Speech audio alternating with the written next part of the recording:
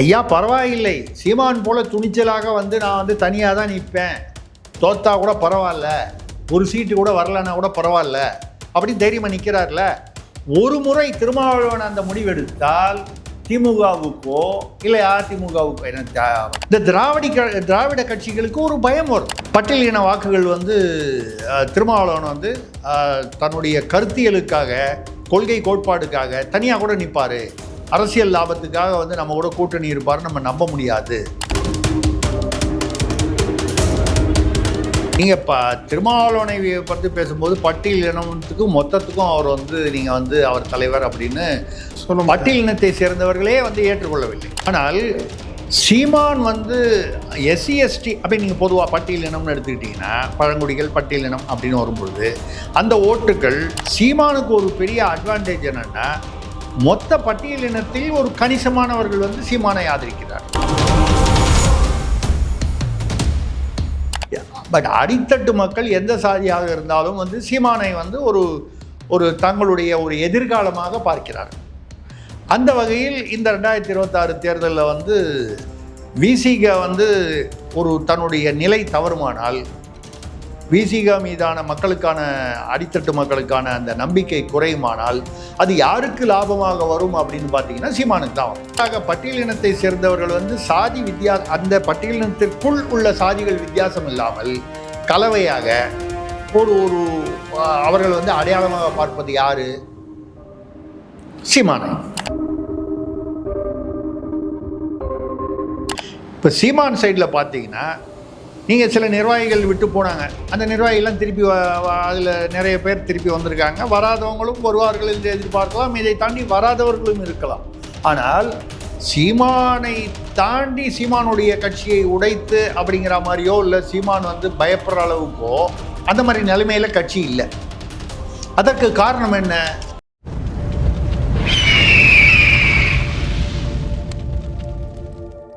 அரசியல் கருத நேயர்களுக்கு வணக்கம். இன்று நம்மோதைய நேயம் சிறப்பு மூத்த பத்திரிகையாளர் திருசக்தியார் அவர். வணக்கம் சார். வணக்கம் ஐயா, சொல்லுங்கள் சார். தமிழகத்தில் வந்து திருமாவளவன் அவர்களின் அரசியல் நகர்வுகளால் அதிக லாபம் வந்து இப்போது சீமான் அவர்கள் பெற்று வருவதாக ஒரு செய்திகள் வந்து வெளியாகி கொண்டு இருக்குது. இந்த தலித் சமுதாயத்துக்கு எதிராக பல்வேறு அடக்குமுறைகள் வரும்போது முதலாளாக நாம் தமிழர் சீமான் தான் குரல் கொடுத்து வராரு. மறுபுறம் வந்து தலித் சமுதாயத்துக்கு தேவையான விஷயங்களை வந்து பொதுக்கூட்டங்கள்லேயும் போராட்டங்கள்லேயும் நாம் தமிழர் தான் ஈடுபட்டு வராங்க. திருமாவளவன் வந்து மௌனம் காத்துட்டு வராரு. இந்த விதத்தை எப்படி பார்க்குறீங்க? தலித் சமுதாய மக்கள் மத்தியில் வந்து நாம் தமிழர் எழுச்சி பெற்று வராங்கன்னா இந்த விதத்தை எப்படி சார் பார்க்குறீங்க? நீங்கள் சொன்னதில் ஒரு சின்ன திருத்தம். திருமாவளவன் அவர்களுடைய நகர்வுகளால்னு சொன்னீங்க. நகர்வுகளால் இல்லை, நகராமையால். அதாவது தலித் சமுதாய மக்களின் மேம்பாட்டிற்காக திருமாவளவன் வந்து எப்படி செயல்பட வேண்டுமோ அப்படி செயல்பட தவறியிருக்கிறார். அரசியல் லாபத்திற்காக இல்லை அரசியலில் எங்கோ, அதாவது திமுக கூட்டணியில் இருக்கிறதுக்கும் வந்து ஆசையாக இருக்குது, அதே சமயத்தில் வந்து அவங்க செய்கிற தப்புகளை வந்து தவறுகளை சுட்டி காட்டுவதற்கும் பயமாக இருக்கிறது. இப்படிப்பட்ட ஒரு என்ன சொல்கிறது, இயலாமையான கையறு நிலையில் இருக்கிறார் திருமாவளவன் அவர்கள். இதை வந்து நம்ம வந்து சும்மா வந்து ஒரு கருத்துக்காக நம்ம சொல்லலை, ஏன் வந்து காரணத்தோடு சொல்கிறோம். வேங்கை வயல் வந்து இப்போ அவர் கேட்குறாரு, அதிமுக பாஜக கூட்டணி வந்து அவங்க வந்து போனீங்களே, அங்கே வந்து பாஜகவில் மதுரை மாநாட்டில் வந்து அண்ணாவையும் பெரியாரையும் விமர்சனங்கள் வைத்தார்களே, நீங்கள் எப்படின்னு, அதை தாண்டி உங்களுக்கு அந்த கூட்டணியில் இருப்பதற்கு வெட்கமாக இல்லையான்னு கேட்குறாரு. நான் அந்த அரசியலை தாண்டி நான் என்ன கேட்குறேன், வேங்கை வயலில் வந்து யார் வந்து மேலே வந்து மேல் தொட்டியில் வந்து இந்த மாதிரி மனித மலம் இருக்குதுன்னு அதை கண்டுபிடிச்சி வெளியில் போய் கம்ப்ளைண்ட் கொடுத்தானோ, இத்தனை வருஷம் பொறுத்து அதுக்கு ஒரு 1 மேன் கமிஷன் வச்சு இதெல்லாம் தாண்டி விசாரணைக்கு அப்புறம் கம்ப்ளைண்ட் கொடுத்தவனையே கைது பண்ணி இவன் தான் காரணம்னு சொன்ன அரசு இது. அப்போ என்ன பண்ணார் திருமாவளவன்? போராட்டம் பண்ணாரா? இல்லை. இது வந்து நீங்கள் வந்து ஏதோ வேங்கை வயல் வந்து சில வருடங்களுக்கு முன்னால் நடந்தது. இப்போது 4 நாள் முன்னால் நல்ல மன்னார் கோட்டைன்னு ஒரு இடம், அங்கே இதே மாதிரி 90% முடிந்த ஒரு குடிநீர் தொட்டி, கிராமத்தில் குடிநீர் தொட்டி, அங்கே ஒரு அதாவது பட்டியலின மக்களும் இருக்கிறார்கள், உயர் சாதி என்று சொல்லக்கூடிய வேறு சாதி மக்களும் இருக்கிறார்கள். வழக்கமான சில இந்த சாதி பிரச்சனைகள் இருக்குது. இந்த நல்ல மன்னார் கோட்டையில் 90% முடிஞ்ச குடிநீர் தொட்டியில் இன்னும் நல்ல வேளையாக வந்து குடிநீரை வந்து அதில் ஏற்றி கிராமத்துக்கு இன்னும் பயன்பாட்டுக்கு வரல.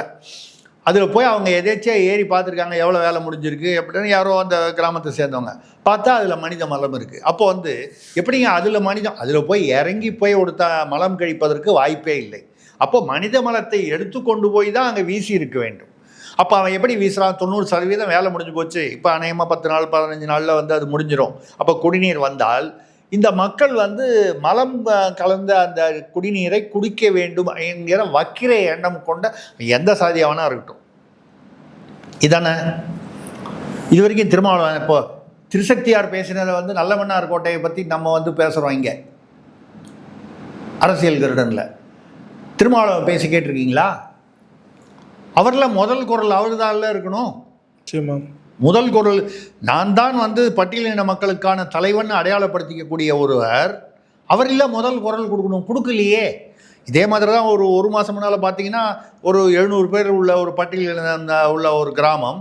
அந்த கிராமத்தில் இருக்கிறவங்க இறந்து போயிட்டாங்கன்னா அந்த உடலை வந்து அந்த இது வழியாக சாலை வழியாக எடுத்துகிட்டு போகக்கூடாதான், வயல்வெளியில் வரப்பு வழியாக எடுத்துக்கிட்டு போய் அவன் அடக்கம் பண்ணுறது கூட இடுகாட்டில் அவங்க இடுகாட்டில் இடம் இல்லை, நீ வேற எங்கேயா வச்சுக்கணும். ஏன் செத்ததுக்கப்புறம் கூட ஒரு மனுஷனுக்கு வந்து ஒரு நிம்மதி இல்லையா சாதியின் காரணமாக? அப்புறம் நீங்கள் வந்து பெரியார் பெரியார் சாதியெல்லாம் ஒழிச்சிட்டாரு, சமூக நீதியெல்லாம் நிலநாட்டிட்டாருன்னு சொன்னீங்க. பெரியார் இறந்து போய் எவ்வளோ வருஷம் ஆச்சு? 2025 நம்ம பேசுகிறோம். இன்னொரு யாரோ ஒரு முக்கியமான விஐபி இருக்கக்கூடிய ஒரு ஊரில் அந்த தெருவில் வந்து இப்போ வீடியோவில் வந்துச்சு ஒரு 3 மாதத்துக்குள்ளே. அந்த தெருவில் வந்து பட்டியலின மக்கள் போனால் சைக்கிளில் போனால் சைக்கிள்லேருந்து இறங்கி செருப்பை கையில் எடுத்துக்கிட்டு நடந்து போகணுமா, தள்ளிக்கிட்டு போகணுமா, அப்புறம் அந்த முனையில் போனோன்னா ஏறிட்டு போகலாமா. அப்படி சப்போஸ் அவங்க வந்து சைக்கிளில் ஏறிட்டு செருப்போடு வந்து கால் மிதிச்சிட்டு போனால் உயர் சாதி இருக்கிற இடத்துல தைரியமாக சைக்கிளை மிதிச்சிட்டு போய் ஏன் சைக்கிள் அவன் சொந்த சைக்கிளு, செருப்பு அவன் சொந்த செருப்பு, அவன் மிதிச்சிட்டு போகிறான். ஒன்று என்ன பண்ணுறான்? அவன் வீட்டுக்குள்ளேயே அவன் தான் தெருவில் தானே போகிறான். அதில் தெருவில் போகிறதுல வந்து அவன் வந்து மரியாதை கொடுக்கணும். சாதி ரீதியாக வந்து அவன் தீண்டாமை அப்படின்னு சொன்னால் நீங்கள் வந்து தீண்டாமை நாங்கள் தான் வந்து தீர்த்து வச்சோம் அப்படின்னு சொல்லி பேசுகிறதெல்லாம் வந்து எவ்வளோ பெரிய ஒரு மாயை, எவ்வளோ பெரிய பொய் அது. திருமாவளவன் இத்தனையும் வந்து தாங்கி கொண்டு எதற்காக திமுக கூட்டணியில் இருக்கிறார்? நான் வந்து இதுக்காக நீங்கள் அந்த கூட்டணிக்கு போங்க இந்த கூட்டணிக்கு போங்கன்னு நான் சொல்லலை. ஐயா பரவாயில்லை, சீமான் போல் துணிச்சலாக வந்து நான் வந்து தனியாக தான் நிற்பேன், தோத்தா கூட பரவாயில்ல, ஒரு சீட்டு கூட வரலன்னா கூட பரவாயில்ல அப்படின்னு தைரியமாக நிற்கிறார்ல. ஒரு முறை திருமாவளவன் அந்த முடிவெடுத்தால் திமுகவுக்கோ இல்லை அதிமுகவுக்கோ என்ன ஆட்சி இது வரைக்கும் பண்ணவங்க மாறி மாறி இவங்க தான். இதுக்கப்புறம் எப்படி வரும் எதிர்காலத்தில் நமக்கு தெரியல. இப்போ வரைக்கும் காங்கிரஸ் 67க்கு அப்புறம் யார்? திமுக அதிமுக தான். திராவிட கட்சிகள்னு சொல்லலாம். இந்த திராவிட கட்சிகளுக்கு ஒரு பயம் வரும். பட்டியலின வாக்குகள் வந்து திருமாவளவன் வந்து தன்னுடைய கருத்தியலுக்காக கொள்கை கோட்பாடுக்காக தனியாக கூட நிற்பார், அரசியல் லாபத்துக்காக வந்து நம்ம கூட கூட்டணி இருப்பார் நம்ம நம்ப முடியாது. அதாவது அவரை வந்து we cannot take him for granted. அவரை நம்ம வந்து எப்படியா இருந்தாலும் நம்மளை விட்டு போக மாட்டார். அந்த இதில் தானே திமுக இருக்காங்க. எங்கே போயிடுவார்?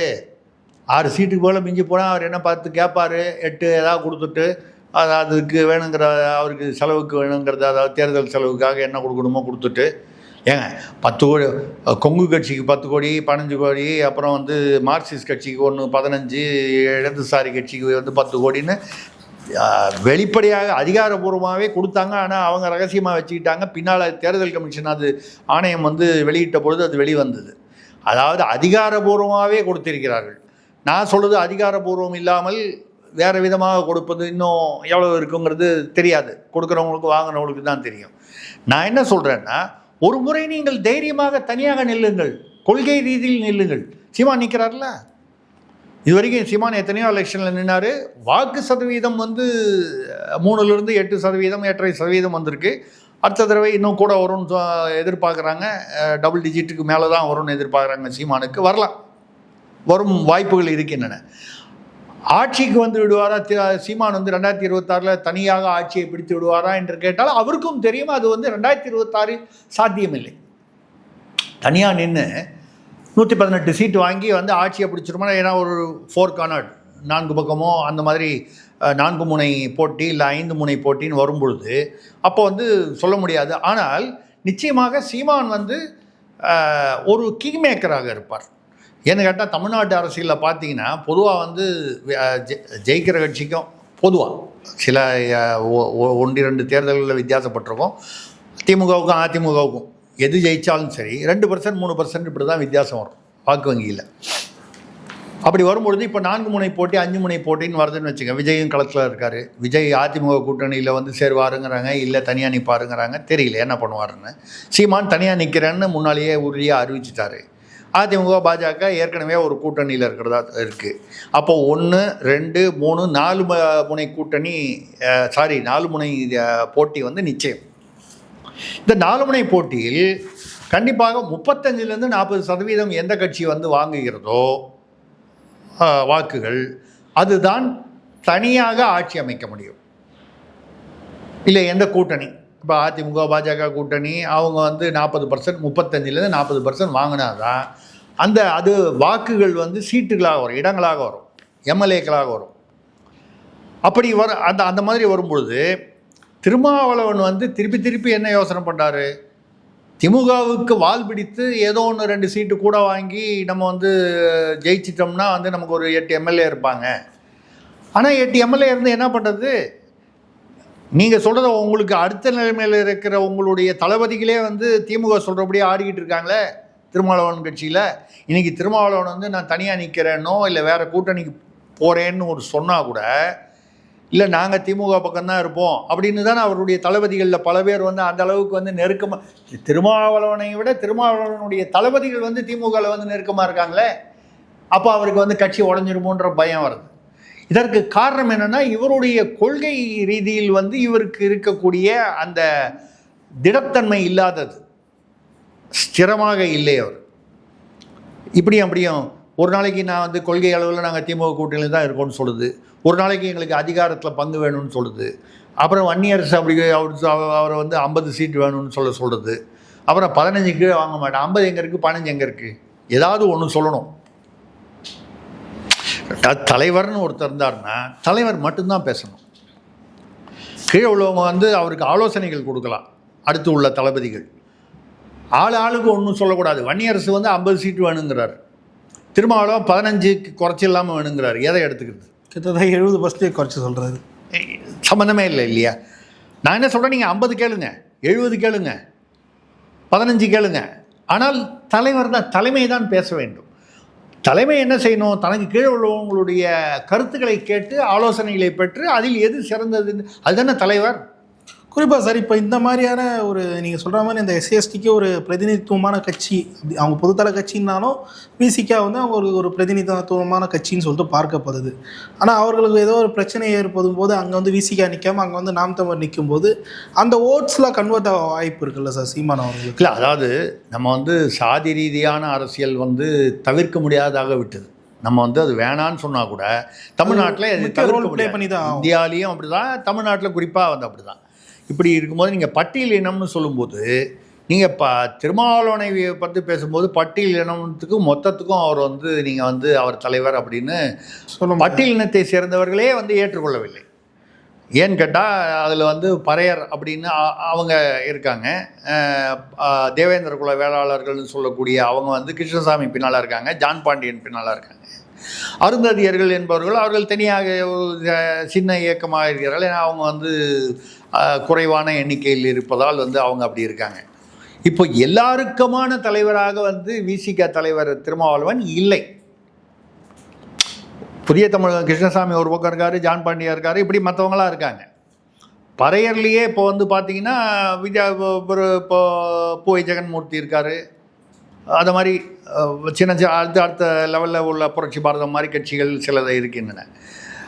ஆனால் சீமான் வந்து எஸ்சிஎஸ்டி அப்படி நீங்கள் பொதுவாக பட்டியல் இனம்னு எடுத்துக்கிட்டிங்கன்னா, பழங்குடிகள் பட்டியல் இனம் அப்படின்னு வரும்பொழுது அந்த ஓட்டுக்கள் விசிகாவை தவிர, அதாவது இந்த சாதி கட்சிகள்னு சொல்லக்கூடிய விசிக, புதிய தமிழகம், கிருஷ்ணசாமி, ஜான் பாண்டியன் அவங்களை தாண்டி அது வந்து அவங்கவுங்க அந்தந்த சாதியை ஒட்டி தான் வந்து அவங்களுடைய வாக்கு வங்கி இருக்குது.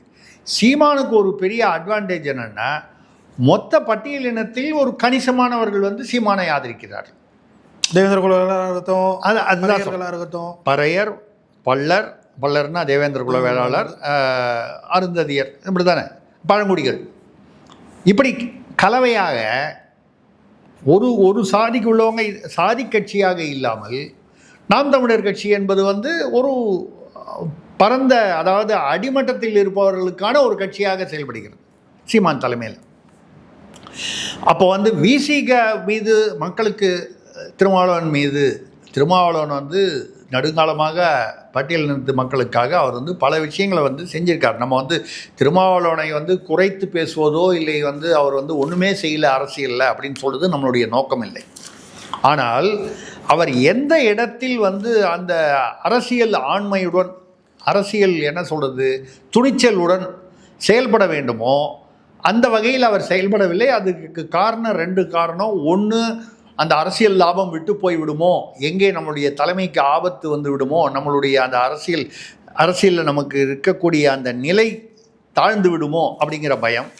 2வது, திமுக மிக சாதுரியமாக அவருக்கு அடுத்த நிலையில் இருக்கக்கூடிய அவருடைய கட்சியை சேர்ந்த தளபதிகளை தன் கையில் வைத்திருக்கிறது. இது 2ம் காரணம். இப்போ சீமான் சைடில் பார்த்தீங்கன்னா நீங்கள் சில நிர்வாகிகள் விட்டு போனாங்க, அந்த நிர்வாகிகள்லாம் திருப்பி அதில் நிறைய பேர் திருப்பி வந்திருக்காங்க. வராதவங்களும் வருவார்கள் என்று எதிர்பார்க்கலாம், இதை தாண்டி வராதவர்களும் இருக்கலாம். ஆனால் சீமானை தாண்டி சீமானுடைய கட்சியை உடைத்து அப்படிங்கிற மாதிரியோ இல்லை சீமான் வந்து பயப்படுற அளவுக்கோ அந்த மாதிரி நிலைமையில் கட்சி இல்லை. அதற்கு காரணம் என்ன? தலைமை உறுதியாக இருக்கிறது, கோட்பாட்டில் உறுதியாக இருக்கிறது, கொள்கையில் உறுதியாக இருக்கிறது. திருமாவளவன் அப்படி உறுதியாக அவரால் செயல்பட முடியவில்லை. காரணங்களை வந்து நம்ம ரொம்ப டீப்பாக போகக்கூடாது, வேண்டாம், இல்லை என்பது உண்மை. அந்த வகையில் ஒரு மாற்றாக பட்டியலினத்தை சேர்ந்தவர்கள் வந்து சாதி அந்த பட்டியலினத்திற்குள் உள்ள சாதிகள் வித்தியாசம் இல்லாமல் கலவையாக ஒரு அவர்கள் வந்து அடையாளமாக பார்ப்பது யாரு? சீமானை. விசிகா என்றால் பறையர்கள். அப்படி வரும்போது அவர் கிருஷ்ணசாமினா தேவேந்திர குல வேளாளர், ஜான் பாண்டியனும் தேவேந்திர குல வேளாளர். இப்படி அது மாதிரி இல்லை புரட்சி பாரதம் பறையர்கள்லேயே இன்னொரு சின்ன, அதாவது விசிக அளவுக்கு பெருசாக இல்லைன்னா கூட அவர் பூவை ஜெகன் மாதிரி இருக்காங்க, அவருக்கு சப்போர்ட் இருக்குது, அவங்க இருக்காங்க. இப்போ ஏர்போர்ட் மூர்த்தி இருக்கார், இந்த மாதிரி நிறையா இருக்காங்க. அங்கங்கே தலைவர்கள் வந்து, அதாவது அவர்களுக்கென்று ஒரு ஒரு ஒரு வட்டம் அப்படி இருக்குது. அப்படி இருக்கும்போது சீமான் வந்து இப்படி ஒரு குறிப்பிட்ட சாதி இல்லாமல் பொதுவாக பட்டியலின மக்கள், பழங்குடி மக்களுக்கு ஒரு அடையாளமாக, அடித்தட்டு மக்களுக்கு, நம்ம இந்த அடித்தட்டு மக்களுக்குன்னு சொல்லும்போது எஸ்சி எஸ்டின்னு மட்டும் இல்லாமல் பிற சாதிகளில் இருக்கக்கூடிய அடித்தட்டு மக்களுக்கும் சேர்த்து. சீமான் வந்து நாடார்லாம் என் கட்சியில் இல்லைன்னு சொன்னாரா? இல்லை வேற ஒரு, நான் பொதுவாக ஒரு சில அடித்தட்டு மக்கள்னால் சாதாரண நாடாரில் வந்து பார்த்திங்கன்னா சிவநாடாரும் இருக்கார், உலக பணக்காரர்களில் ஒருவரான சிவநாடாரும் இருக்கார், அந்த தெருமுனையில் இருக்கிற பொட்டிக்கடை வச்சுருக்கிறவரும் நாடார். ஒரு சாதியில் வந்து பார்த்திங்கன்னா எல்லா ஜாதியிலையும் அப்படி தான் இருப்பாங்க. கார்ப்பரேட் லெவலில் ஒரு பெரிய ஆள் இருப்பாங்க, சாப்பாட்டுக்கு கஷ்டப்படுறவங்களும் அதே ஜாதியிலேயே இருப்பான். இது வந்து இயல்பாக உள்ளது. பட் அடித்தட்டு மக்கள் எந்த சாதியாக இருந்தாலும் வந்து சீமானை வந்து ஒரு தங்களுடைய ஒரு எதிர்காலமாக பார்க்கிறார்கள்.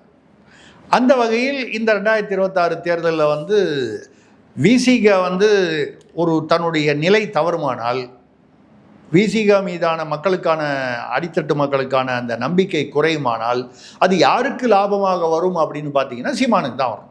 ஆனால் இது ஒரு ரொம்ப பெரிய ஓட் பேங்க் இல்லை சார் தமிழகத்தில். எஸ்சிஎஸ்டி ஓட் பேங்க்ன்றது மிகப்பெரிய ஓட் பேங்க்கு. அதை வந்து ஒரு திமுக போன்ற கூட்டணி கட்சிகள் தவறு வச்சுன்னா அது அவங்க அரசியல் எதிர்காலத்துக்கு பெரிய ஆபத்தாக முடியக்கூடிய ஒன்றும் இல்லை. அதனால தானே அவங்க வந்து திருமாவளவனுடைய தளபதிகளை கையில் போட்டு வச்சுக்கிறாங்க. திருமாவளவனுக்கு தானே சார் அந்த ஓட்ஸ், திருமாவளவன் தளபதிகளுக்கான ஓட்ஸ்ன்னு எதுவும் இல்லை. அந்த தளபதிகளுக்கு வந்து தனியாக வாக்கு வங்கி ஒருத்தருக்குமே கிடையாது. நிச்சயமா நீங்கள் சொல்வதை நான் 100% ஏற்றுக்கொள்கிறேன். தளபதிகளுக்கு வாக்கு வங்கி அவங்க தனியாக கட்சியை பிரிச்சுட்டு போனால் கிடையாது.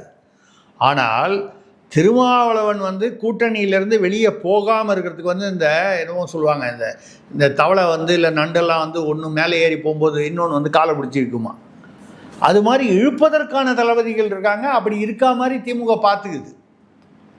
ஸோ அப்போ நான் வந்து விசிகாவில் வந்து திருமாவளவனை தாண்டி வேறு யாருக்கோ வாக்கு வங்கி இருக்கிறதா என்றால் இல்லை. விசிகாவின் வாக்கு வங்கி என்பது திருமாவளவனின் வாக்கு வங்கி தான். அதில் உறுதி. ஆனால் திருமாவளவன் அப்படி ஒரு துணிச்சலான சீமான் மாதிரி ஒரு முடிவை எடுத்து விடக்கூடாதுன்னு அவர் காலை பிடிச்சி இழுக்கிறதுக்குனே ஒரு 4-5 பேரை வச்சுருக்காங்க திமுகவில். இதுதான் பிரச்சனை. ஆனால் இப்போது திமுக வந்து விசிகாவை இந்த மாதிரி தம்பனியாக வச்சுருந்தாங்கன்னா விசிகாவோட அந்த ஓட்ஸ் பேங்கோ இல்லை விசிகாவோட அந்த ஓட்டோட அந்த அவங்களுக்கு வாக்களிக்கக்கூடிய அந்த சப்போர்ட்டர்ஸோட நிலைப்பாடு வந்து மாறிடும் இல்லை சார்? இப்போ திருமாவளவன் இருந்தால் அந்த ஓட்ஸ் திமுகவுக்கு வராமல் தானே சார் போயிடும்? அதைத்தான் நான் சொல்கிறேன். சீமானை வந்து ஒரு மாற்று அடையாளமாக வந்து ஏற்கனவே ஏற்றுக்கொள்ளப்பட்டிருக்கும் பொழுது இங்கே வந்து திருமாவளவன் மீது ஒரு அவநம்பிக்கையோ இல்லை அதிருப்தியோ ஏற்படுற சூழ்நிலை இருக்குது. ஏற்பட்டால் நம்ம சொல்கிறது வந்து ஏற்படக்கூடிய சூழ்நிலை இருக்குது. வரும்பொழுது அந்த வாக்குகள் வந்து அந்த விசிகாவுடைய வாக்குகள், இதுவரை விசிகாவுடைய கோர் பேஸ் அப்படின்னு சொல்லக்கூடிய அந்த வாக்குகள் எங்கே போகணும்னா சீமானுக்கு தான் போகணும். ஏன் அவன் வந்து திமுகவுக்கு போடக்கூடாது, திமுக கூட்டணியில் நமக்கு உரிய திருமாவளவனுக்கு கொடுக்கக்கூடிய மரியாதை திருமாவளவன்கிற தனிநபருக்கு கொடுக்கப்படும் மரியாதை மட்டுமல்ல, அந்த பட்டியலின அடித்தட்டு மக்களுக்கு கொடுக்கப்படும் மரியாதையாக கருதப்படுவது. திருமாவளவனுக்கு பிளாஸ்டிக் சேர் கொடுத்தா அது திருமாவளவன்கிற தனிநபருக்கு கொடுத்த பிளாஸ்டிக் சேர் இல்லை, அந்த கம்யூனிட்டிக்கு, அந்த அந்த அடித்தட்டு மக்களுக்கு, ஒடுக்கப்பட்ட மக்கள்னு சொல்லக்கூடிய அந்த மக்களுக்கு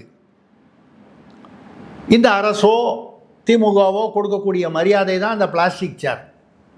ஆமாம், பொதுவாக பிளாஸ்டிக் சேர்னு வழக்கமாக பேசுகிறது இருக்கு இல்லையா, ஒரு அடையாளம் தான். சேரை மாற்றினதுனால வந்து அடையாளம் வந்து கூட்டிகிட்டு இல்லை, அந்த சேரில் கூட அவங்க எவ்வளவு வந்து அந்த வித்தியாசமாக இருக்காங்க.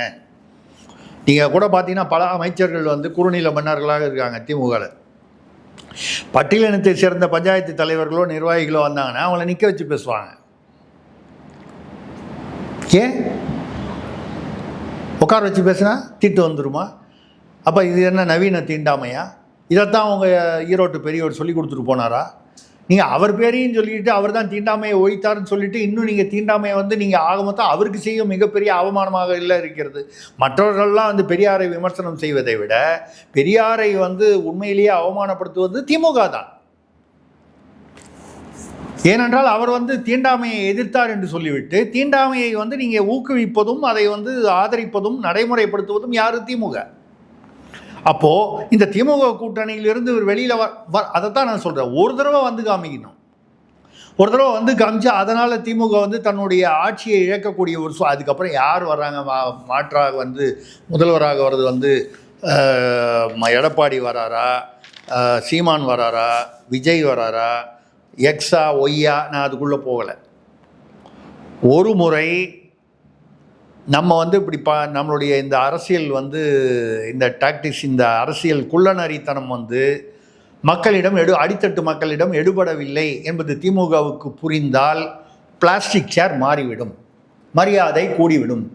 அதை வந்து தைரியமாக அதை நோக்கி செல்வதற்கான துணிச்சல் திருமாவளவனுக்கு இன்னும் வரவில்லை.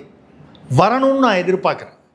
அவர் பட்டியலின மக்களுக்கு ஒரு அடையாள தலைவராக இருக்கும் பொழுது அவருக்கு அந்த துணிச்சல் வரணும். அதனால் வந்து அது பட்டியலின மக்களுக்கு வந்து ஒரு நன்மையாக போய் சேரணும்னு நான் நல்ல எண்ணத்தில் தான் சொல்கிறேன். ஆனால் அப்படி வரல. ஆனால் வர முடியாததுக்கு காரணம் வந்து வராததுக்கு காரணம் நான் தான் சொல்லிட்டேனே, இந்த நண்டு மாதிரி இழுத்து வச்சுருக்காங்க ஒரு நாள் தளபதியை. வேணா அவங்கள திமுக சின்னத்தில் நிற்க வச்சு அவங்கள ஜெயிக்க வச்சுட்டாங்கன்னா ஏதோ அதாவது வாக்கு வங்கி பிரிந்து விடாது, வாக்கு வங்கி லேசாக சிதறிவிடும். அது சிதறும் பொழுது யாருக்கு வந்து லாபம்னு கேட்டால் அது திமுகவுக்கு லாபமாக வருவதற்கு வாய்ப்பில்லை. அப்படி நினைத்து திமுக அதை செய்தால் திமுக ஏமாந்து போவார்கள். அது சீமானுக்கு ஆதரவாக முடியக்கூடிய ஒரு சூழ்நிலை இருக்கிறது. பல்லர்களுக்கு தெளிவாக சார். நேரத்துக்கு நன்றி. வணக்கம்.